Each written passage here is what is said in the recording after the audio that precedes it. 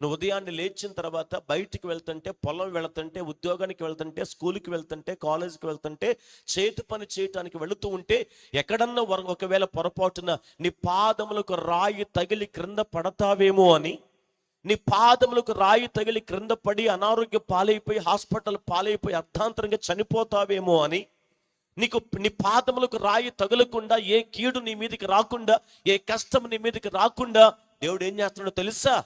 నువ్వు లేచిన తర్వాత మరలా పండుకునేంత వరకు నువ్వు చేసే ప్రతి పనిలో నీకు దేవుడు నీకు సెక్యూరిటీగా ఉండటానికి ఆయన తన దూతలకు చెప్పండి ఏం చేస్తున్నాడు? ఆజ్ఞాపించి తన దూతల చేత నీకు కావలసిన ప్రొటెక్షన్ దేవుడు నీకు ఇచ్చి ఆయన నిన్ను కాపాడుతూ ఉన్నాడు. స్తోత్రం చెప్పండి. దేవుడే స్వయముగా నీ కొరకు తన దూతల్ని పంపించి తన దూతల చేత నిన్ను కాపాడుతున్నాడు అని అంటే, ఇప్పుడు చెప్పు, నువ్వు దేవుని దృష్టికి ఎటువంటి వాడవు?